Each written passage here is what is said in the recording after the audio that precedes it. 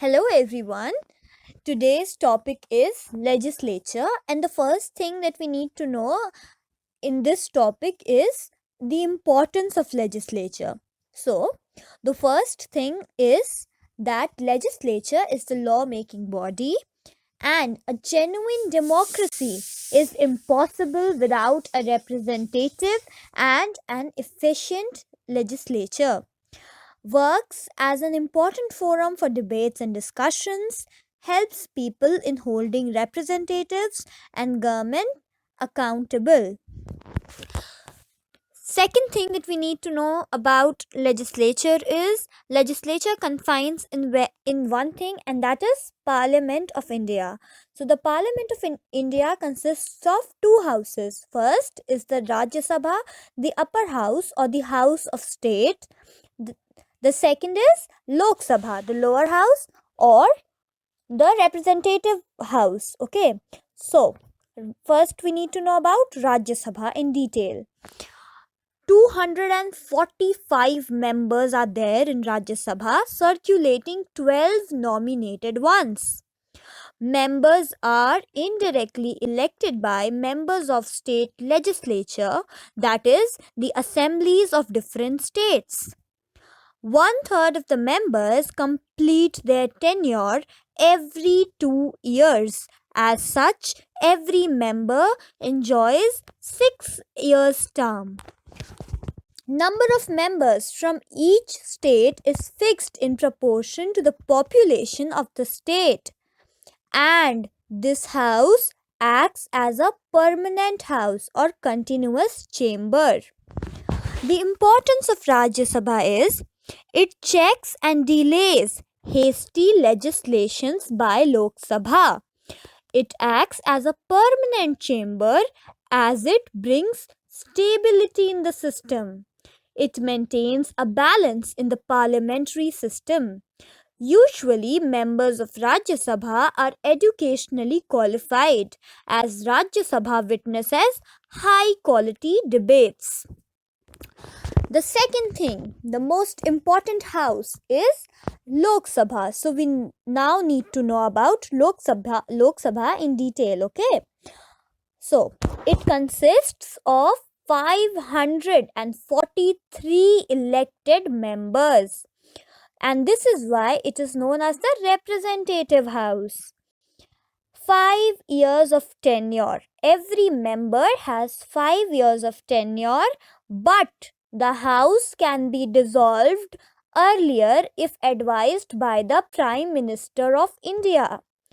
1/10 of total members of the house constitute a form, which is considered essential for making decisions. Members of both Lok Sabha and Rajya Sabha elect their presiding officers from among themselves. Now, we'll do a comparative study of Lok Sabha and Rajya Sabha.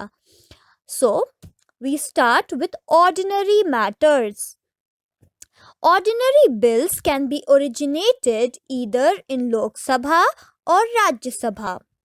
Once passed by Lok Sabha, Rajya Sabha can suggest some changes into them and return the bill to Lok Sabha. However, if Lok Sabha passes the bill second time, with or without accepting the changes, Rajya Sabha has to reapprove the bill. In other case, a bill passed by Lok Sabha may not be returned back to Rajya Sabha at all. This is the case of disagreement between both the houses, and joint sessions can be conducted by the President of India. Decisions in sessions are taken by majority votes. As such, usually Lok Sabha deals with it. Second thing, the second comparison we'll do in terms of money matters. All money bills can originate only in the Lok Sabha. Once approved by Lok Sabha, Rajya Sabha must pass it within 14 days. In any case after expiry of 14 days, bill is deemed to have passed by both the houses. So in this case we understand that Lok Sabha is much powerful than the Rajya Sabha. And the reason behind Lok Sabha being powerful is that the members of the Lok Sabha are elected. They are representatives. So they have more power. Democracy is all about power of the people. So elected members, the Lok Sabha has more power. The third basis on which we'll do the comparative study is control of executive. The Council of Ministers are responsible to Lok Sabha. Rajya Sabha can only raise questions and seek answer from the government. No confidence motion, that is, proposal to remove the ministry, it can be passed only by the Lok Sabha. The fourth basis on which we'll do the comparative study is the process of lawmaking in India. First reading. It happens in readings, okay? So the first reading includes the introduction of bill by members presenting it usually by the ministry concerned. It includes main features and objectives behind the bill. It is not beyond 4 to 5 sentences or 2 to 3 minutes. Second reading. The second reading involves 3 stages. First stage. At this stage, House decides whether a bill is to be sent to parliamentary committee or discussed in the House directly. If the bill is referred to a committee, it examines different aspects related to the bill. A large part of discussion takes place within the committees. Second stage. The committee prepares a thorough report on all aspects of a bill and submits it to the House of Lok Sabha. The third stage is when the House discusses report given by the committee. Any change or modification can be made at this stage. Third reading. No discussion and changes can be made at this stage. Only voting takes place, and after approval of one house, bill is sent to another house. Process in another house, okay? Now we'll study the process in another house. Same process is repeated in other house as well.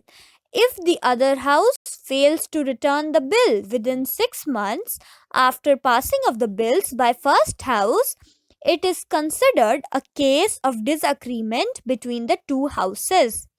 In case of money bills, if not passed in 14 days, it is deemed to be passed.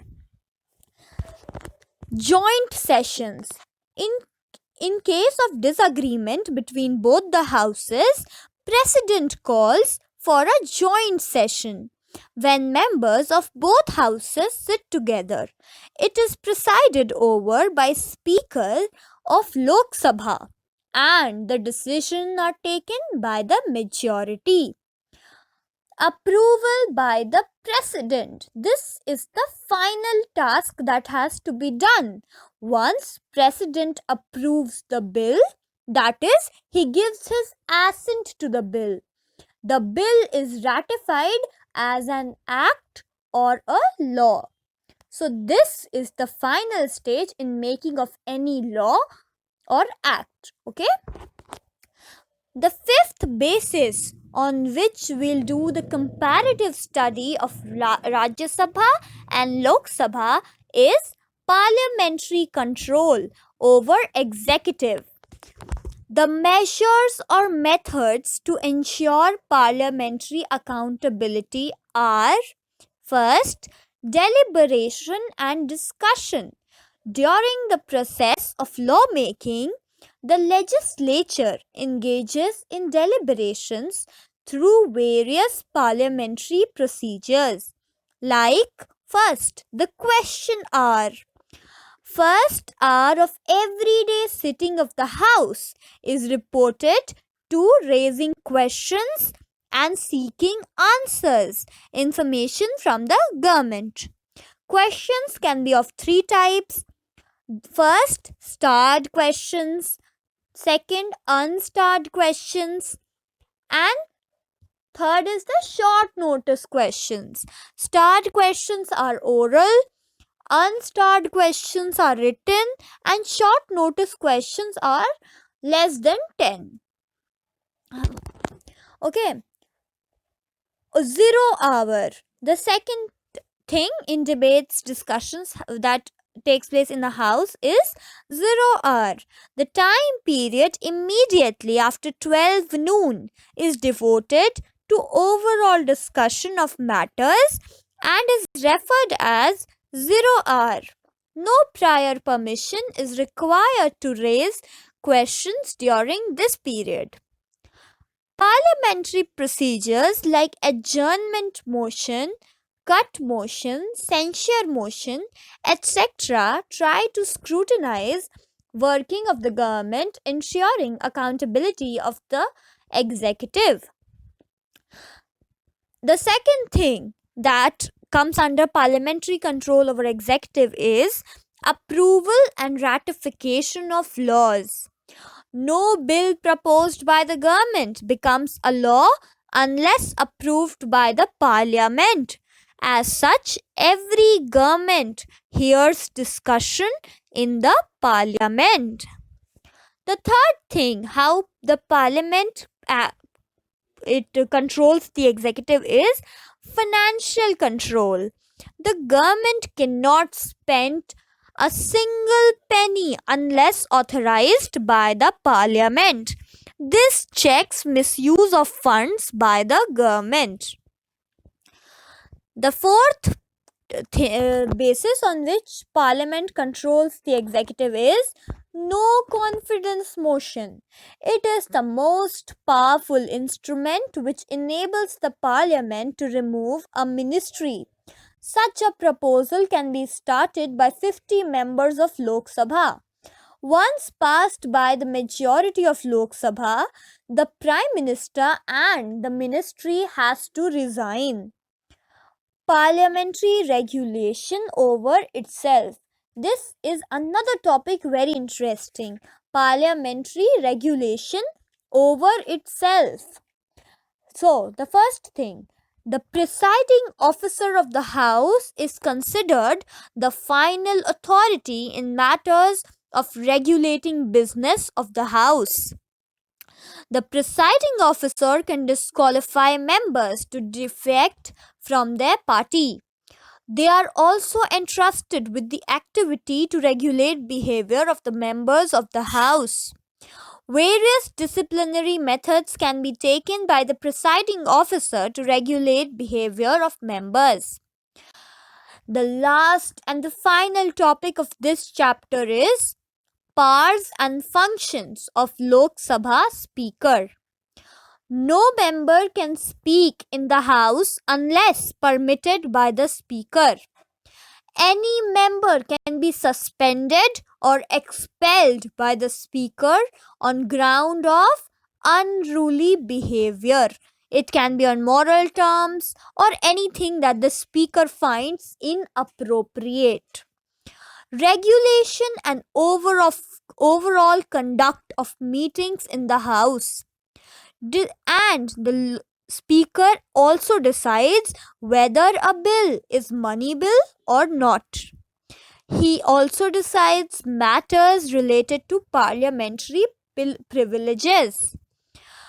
And the Speaker is the most important person. The Lok Sabha Speaker is the most important person because he acts as a link between government and the members of the House. So, this was the end of the chapter Legislature. I hope you all had a great session while learning with me. So keep studying, happy reading, happy learning. I hope you all got everything. Thank you so much.